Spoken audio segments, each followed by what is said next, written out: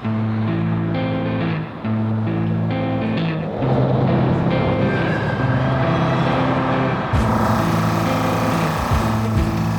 guys, how's it going? My name is Cason Carter. I'm a driver operator of the Las Cruces Fire Department. Welcome to Station 1, and come along with me for a day in the life of a firefighter on their 48-hour shift.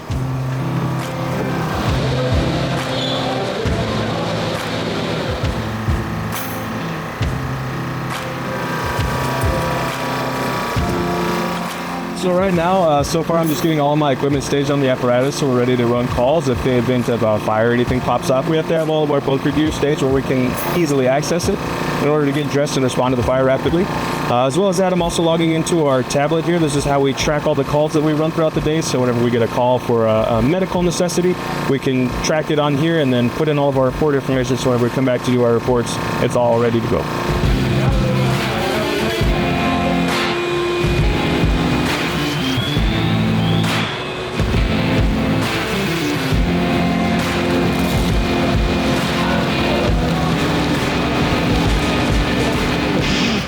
All right, so we just finished placing all of our gear on the apparatus, getting it staged and ready. Now we're going to go ahead and start checking off our medical equipment here. We have our rookie firefighter, Rubalcaba. He's going to go through the box with you guys. Hello everybody, this is Firefighter Rubalcaba here. So one of the things that we do in the morning is we just want to go ahead and check off all of our boxes to make sure that we're response ready to any call that we need to go to. One of the things that entails is just, this is our med box. This pretty much has everything that we need for a call. Whether that comes to basic level of care, intermediate, or paramedic. Starting with IV startups, IO kits. Next thing that we want to go ahead and check is, this is our zone monitor. So this is one of the most vital pieces of equipment that we have on any kind of apparatus, engine, or truck, because we'll have this on 100% of our calls. If this isn't ready, then we're not ready ourselves.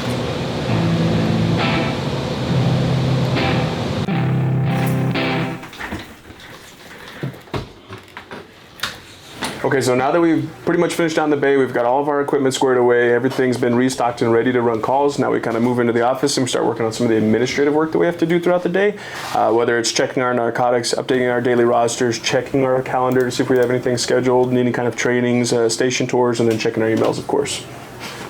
And since we're here in the office, let's go ahead and talk about our shift calendar. So right here you can see it's color coordinated. We have green, blue, and red, and that correlates with each shift. So like we said, we do 4896s here, so we're on shift for 2 straight days and then we have 4 days off.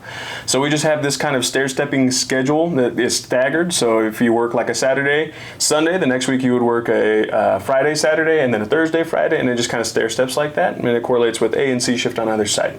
A shift is green, B shift is blue, C shift is red, and it's pretty easy to follow. We start at 11, we get off at 11, 48 hours, not too bad. And what shift are we? This is B shift currently.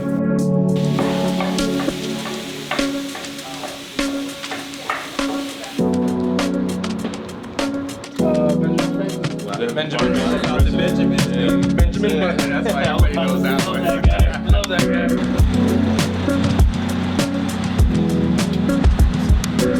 So right now we're currently on the way to the store to go and get dinner. At the beginning of every tour, we go to the store and everybody pitches in. We have a base set amount of money that we use. Sometimes we can get something really good, sometimes we'll get pasta or something, which is still good. Some of the things here at Station 1 that are new, we recently just became a rescue station. So that entails more people at the station, so now we have a bigger budget. So today we'll be getting something good, steak and potatoes. So I think everybody always likes that, nice and simple. And tomorrow we're going to be doing pasta. Do you have anything you want to say, Patrick? No, you're doing great, Ruben. Thanks, I appreciate it. All right, so here we're at the store. We are here at the station for 48 hours at a time, so we have to come pick up all of our groceries. Since we're living at the station, we provide all of our own food. So we're here getting some groceries for dinner, some stuff for lunches and breakfast, and good from there.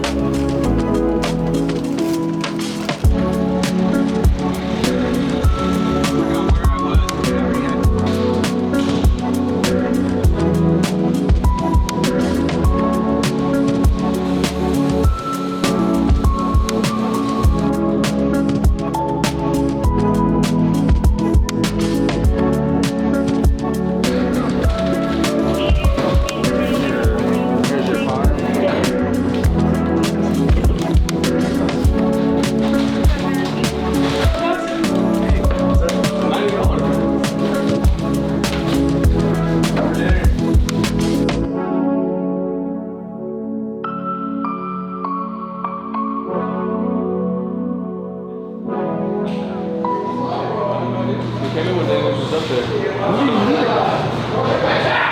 It's been up there for 30 years. Now they're throwing pebbles at it, trying to knock it down. We always end up getting just a ton of like random things throughout the day. We've been here in this reserve apparatus for a little while. Now our actual apparatus is ready, so we're gonna go swap back into that and then be ready to run calls out of that thing. So let's go.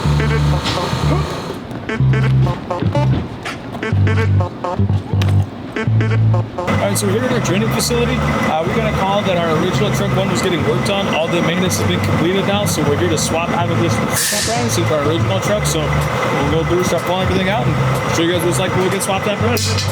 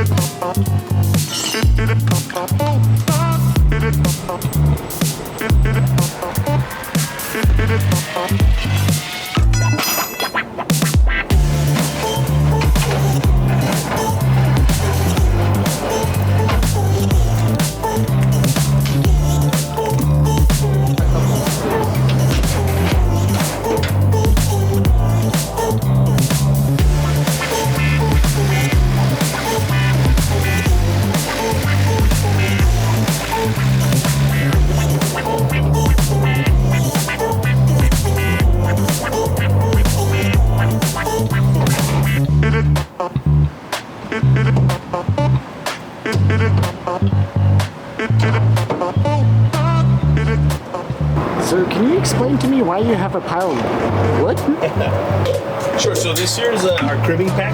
Anytime we have motor vehicle accidents where the vehicle might be unstable and we have to get inside of them to access the patient to start rendering care, we use this to try and stabilize the vehicle as much as possible. That way we can get in there safely and then get the patients out safely after we've been providing care to them. So, pretty just standard like 2x4s, 4x4s. We use them to kind of essentially build a foundation or a base under the car. Make sure to keep it safe for us.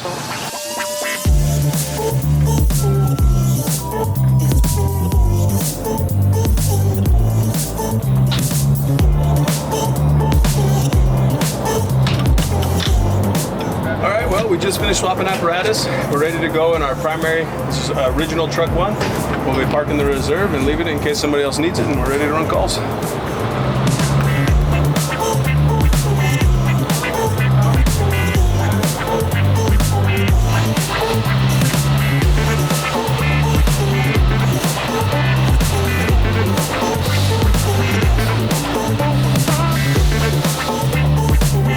Fuel in the apparatus. We get a lot of questions. Where do we fill these things up at? Pretty much any gas station. We have something called WEX cards, which allow us to put fuel pretty much at any gas pump across the city. So you might see us around pumping fuel. It requires a lot of diesel to run these apparatus. That's why we're always in them. We're always on the go. We're always filling them up. So you'll see us around. Say hi.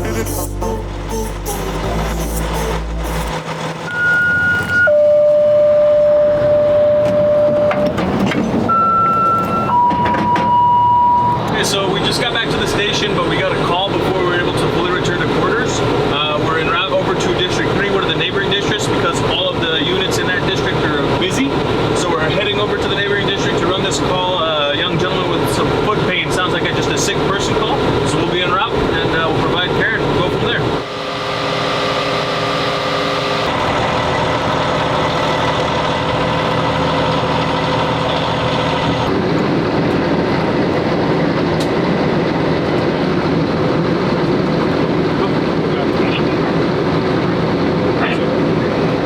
So we just finished up this last run. Like I said, this is one of our neighboring districts, so one of our ambulances actually beat us here on the scene. We ended up just providing a little bit of aid, getting the patient to the gurney. Otherwise, that was it. Now we're headed back to our district and waiting for the next call.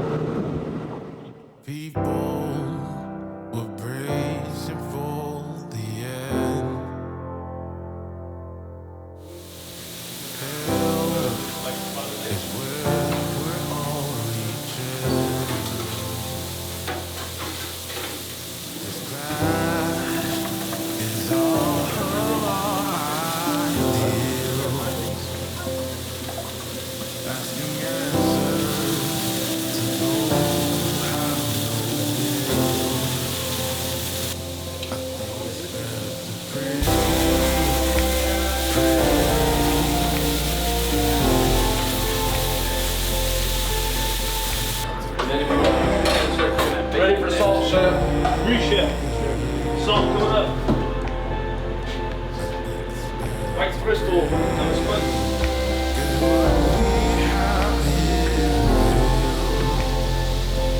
Soup. You don't like it, soup.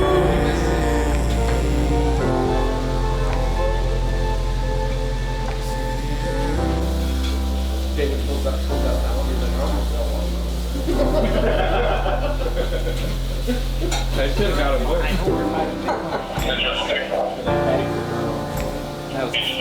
Ortiz, I'm noticing there's no utility. All right, so here we are. We're kind of winding down for the day. We ran a few calls, got some of our chores, swapped apparatus, finished up dinner. Now here we are. I'm gonna go ahead and make my dorm, get my bed set up, and see what the night has in store. See you guys tomorrow.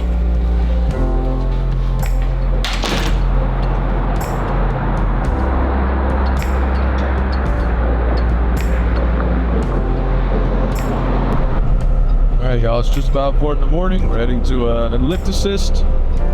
Make sure nobody's hurt.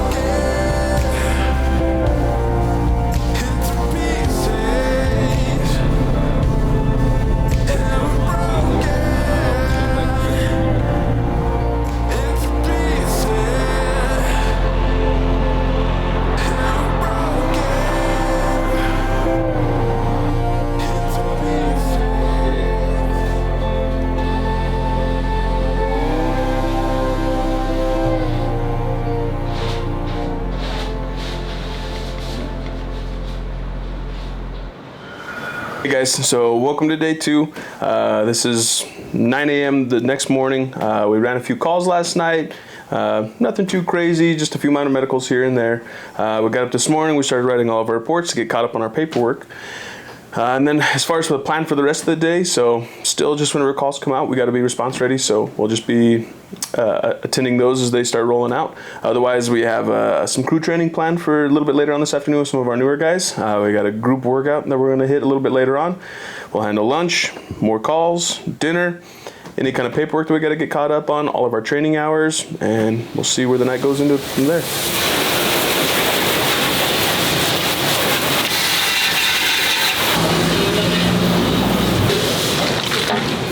So on top of running calls, we also have to write reports based off of every call that we run. Whether it's a medical call, a fire call, we still have to write either a PCR for medical calls or just an NFIRS for our fire calls. So this is our report writing software here. Like I said, every time we run a call, we're going to have to go through and gather a certain amount of information to report back on, what was going on with the patient, what kind of treatments did we provide. Now that we're transporting patients, all of their insurance information, where we took them. There's a whole ton of information that we have to put in here, as well as writing a narrative or like a D chart. Sometimes you'll hear it called as part of our narrative. So usually after we run calls, especially in the evening or the late night, we're going to get up in the morning and it'll be part of our morning routine where we'll come through here and start finishing up the reports or clearing our queue to be prepared for the next day. So like I said, whenever we have to write our either EMS reports or our fire reports, which we call NFIRS reports, you can check here on our system if they show a little blue ambulance, that's going to be our PCRs or our patient care reports, which is related to medical calls. And then every call that we get, we're going to have this little fire emblem, which you'll see, and that tracks it in our NFIRS. And we get one of those for every type of call. And then if we have a medical call where we have patient interactions where we're treating them, you're going to see that little ambulance to reflect a medical call or a PCR. So for some of you guys in the know, you might have noticed that I've been sitting here in the lieutenant seat. Usually I'm a driver operator, but I'm also an alternate lieutenant. That just means that whenever staffing needs require, I can bump up and act as a lieutenant for the tour. So I've been doing that, riding as the truck lieutenant for the past 24 hours for this shift. Along with that, my responsibilities change from my driver role to the lieutenant role. Usually, so I'm a little more in-depth focused here on our tablet.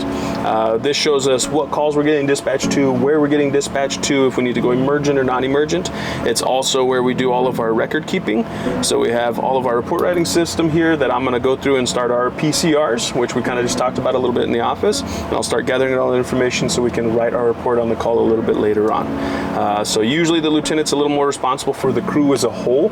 Outside of like the safety of the driving, I'm responsible for the safety of everybody's well-being throughout the whole shift. So roles swap a little bit, but not too much. It's a lot of the same stuff. We're still rendering care and then running all these different types of calls. So it's a little bit about the lieutenant role.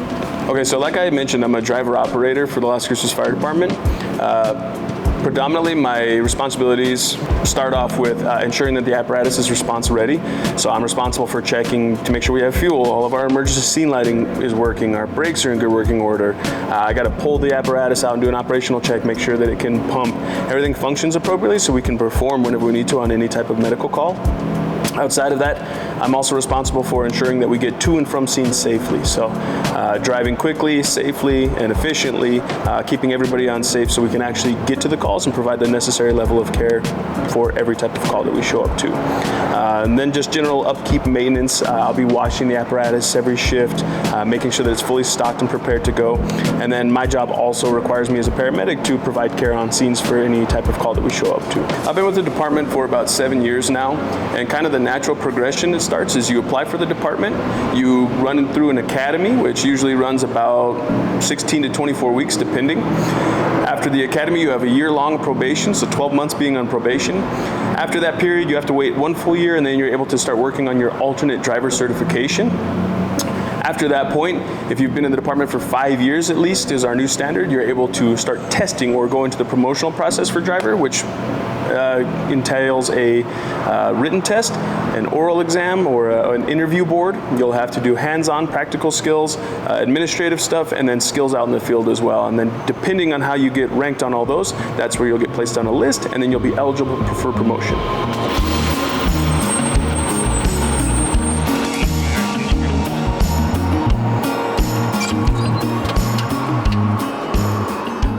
So on all of our apparatus, we have a bunch of different types of hose lines. This is what we call our front bumper line here. This is a flat load and a twin donut with just a nice little fog nozzle here. It's only 100 feet. We use this kind of for like small brush fires, maybe car fires, dumpster fires, just depending on the situation. If we come around to this side, you'll see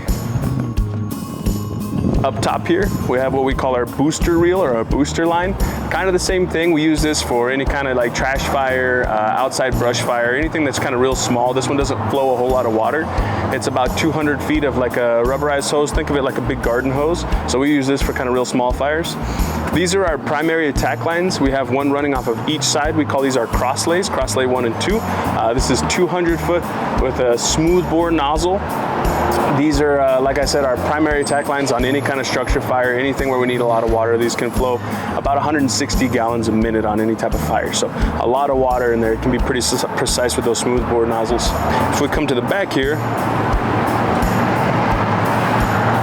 you can see that we got a ton of different hose in the back. We have our 5-inch or our LDH, which is large diameter hose. It's what we consider our supply line. So if we're plugging into a hydrant to put water into the fire engine to keep water flowing so we can fight the fire for longer. On top of that, we also have 2.5-inch supply. It's the same thing. We can use it for a variety of different reasons, plugging into an FDC or a standpipe.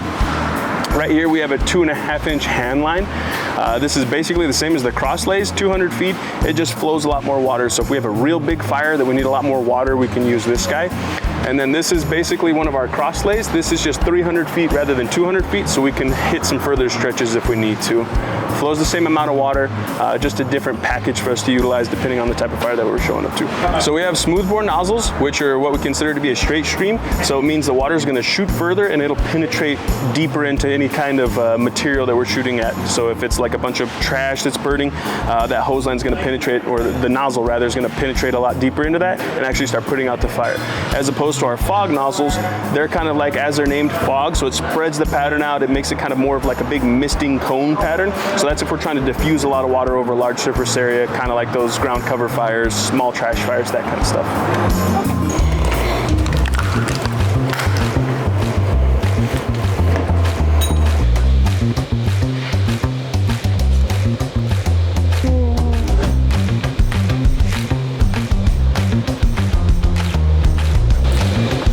hardest part of our job. When we're not running calls, we're spending tons of our time just training, getting reps, so we can make sure that we're competent whenever the time comes we got to respond to a fire, an MVA, any type of medical call. So here we've been throwing a few ladders.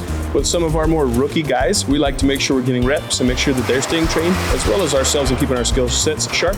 So we're gonna be throwing a few ladders, forcing a couple doors, and then practicing some search training so we have a good understanding of what we're doing inside of a fire whenever we can't really see in these low visibility situations. Let's see. And they'll force that door. Okay, another major aspect of the job is maintaining our physical fitness. It's required because whenever we're wearing our bunker gear and everything, it gets really hot. We have to be in good physical fitness. So we spend a lot of our time here in the gym working out. We'll do sometimes crew workouts. Sometimes we're in here just independently working out, doing kind of CrossFit workouts, moving weight. It just depends on what everybody's feeling that day. We are also required to maintain a certain level of physical fitness by meeting a minimum standard of 5 hours at least a month. But our department standard is usually an hour every day that we're on shift. So 2 hours at least for our 48-hour shifts at a time. But that's what it is.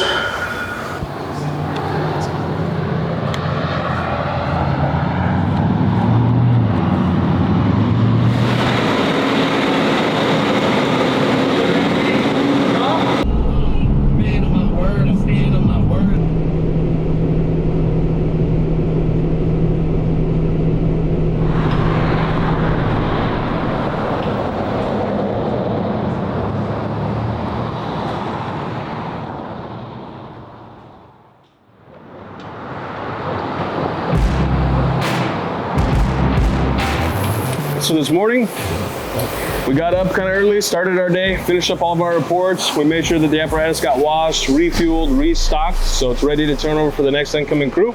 Otherwise, we're just waiting until shift change, running calls, and hanging out until then.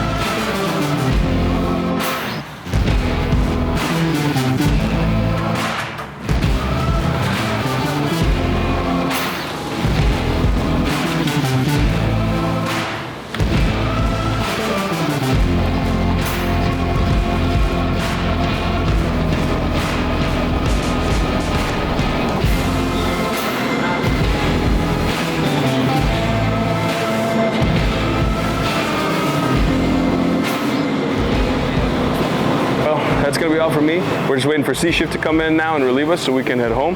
But thanks for tagging along for this 48-hour shift and joining us. If you guys like these videos, please comment, like, subscribe, leave a comment below any other content you'd like to see. Otherwise, we hope to see you all around, and take care, y'all.